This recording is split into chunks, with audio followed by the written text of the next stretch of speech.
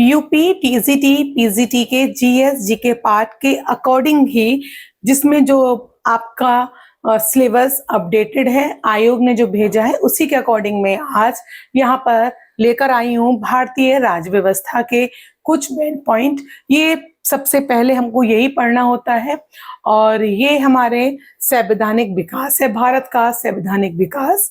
तो चलिए बिना किसी देरी के इस क्लास को हम स्टार्ट करते हैं। ये class UP TGT PGT special तो है ही, साथ ही वो सभी एग्जाम जिसके अंदर जीएसजी के आता है और उसके अंदर भारतीय राज्य व्यवस्था इंक्लूड है।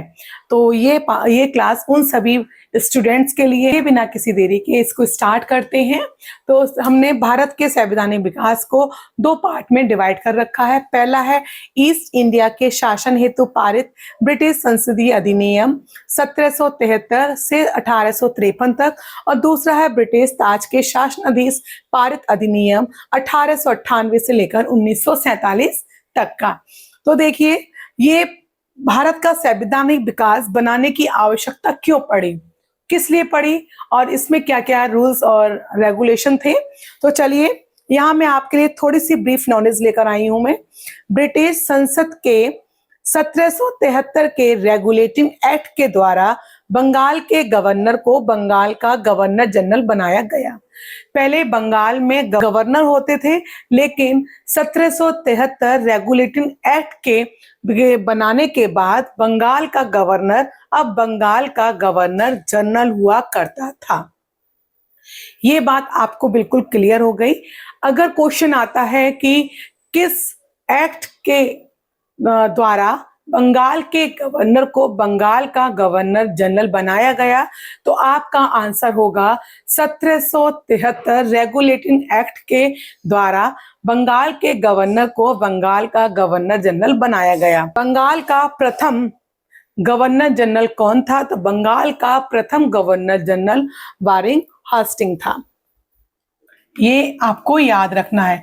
इस लाइन से, केवल इसी लाइन से मैंने आपको दो क्वेश्चन बता दिए हैं जो आपके एग्जाम में हुआ वो देखने को मिलते हैं। इस एक्ट में क्या था? इस एक्ट में 4 सदस्यीय कार्यकारी परिषद थे, यानी कि एक तो बंगाल का गवर्नर जनरल था, एक जनरल होते थे, उसके 4 सदस्य थे कमेटीज में। ठीक, उसमें कमेटीज के नाम क्या थे, मतलब उसमें जो मेंबर थे उनका नाम क्या था? फ्रांसीसी, क्लेवरिंग, मानसन तथा बारविल इनके काउंसिलिंग सदस्य थे।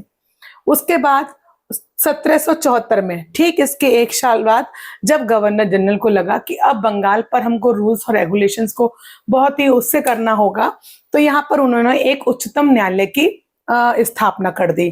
तो हमारे बंगाल में क्वेश्चन आएगा कि सर्वप्रथम उच्चतम न्यायालय की स्थापना किस सन में हुई? तो 1974 में हुई, रेगुलेटिंग एक्ट के माध्यम से हुई थी।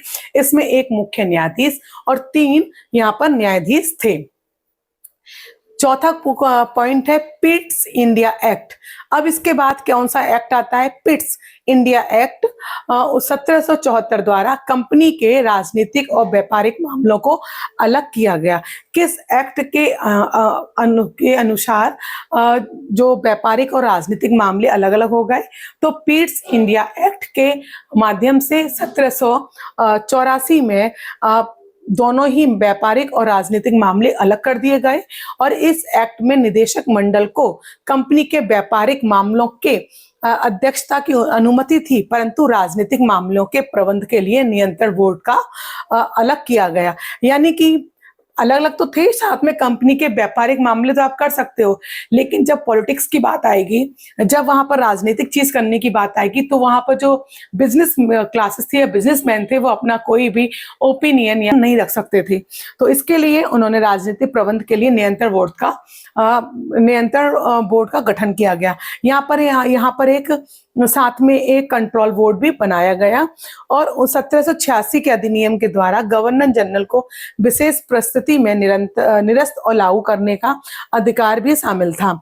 यानी कि 1784 में फिर से एक एक्ट बनाया गया। उस एक्ट के अकॉर्डिंग अगर वो चीज हमें पसंद आती है, यानी कि बंगाल के गवर्नर जनरल को लगता है कि ये चीज मेरे फायदे में है, तो मैं इसको लागू करूंगा। अगर मुझे लगा कि ये चीज मेरे फायदे में नहीं है, तो इसको मैं निरस्त भी कर सकता हूँ।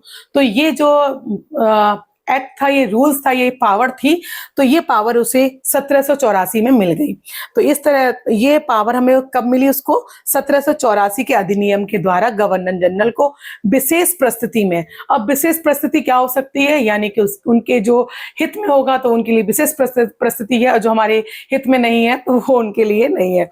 तो बस ठीक है, तो इसमें निरस्त और लागू करने का उनको यहाँ पर राइट भी मिल चुका था। साथ ही साथ उन्हें 1813 के चार्टर एक्ट 1813 के चार्टर एक्ट के द्वारा पहली बार भारतीयों की शिक्षा पर 1 लाख रुपए खर्च करने का प्रावधान था, या कि उपबंध किया गया था। तो ये भारतीय अंग्रेजों के द्वारा अच्छी चीज थी कि ठीक है कि उन्होंने अपनी इंग्लिश की, अंग्रेजी की शिक्षा को बढ़ाने के लिए भारतीयों पर 1 लाख रुपए खर्च करने की उन्होंने सोच रखी या प्रबंध किया, उपबंध किया। तो ये मैं थोड़ा सा आपके लिए ब्रीफ लेकर आई हूँ भारत का संवैधानिक विकास, जिसके अंदर हम ऑब्जेक्टिव तो आप करते ही हो, लेकिन अगर आप साथ साथ उसकी व्याख्या या उस चीज की समरी, ये किस तरह से बना, ये क्यों बना, किस तरीके से बना, कैसे हुआ, अगर ये आप जान लेते हो, समझ लेते हो, तो मेरा मानना ये है कि आपके इससे रिलेटेड जितने भी क्वेश्चंस होंगे उसके बाद से कभी गलत नहीं होंगे। तो आई होप ये क्लास आपको बहुत ज़्यादा अच्छी लगी होगी। तो इसी के साथ आप इसे लाइक करिएगा, शेयर करिएगा, सब्सक्राइब करना बिल्कुल मत भूलिएगा, और thank you for watching my video.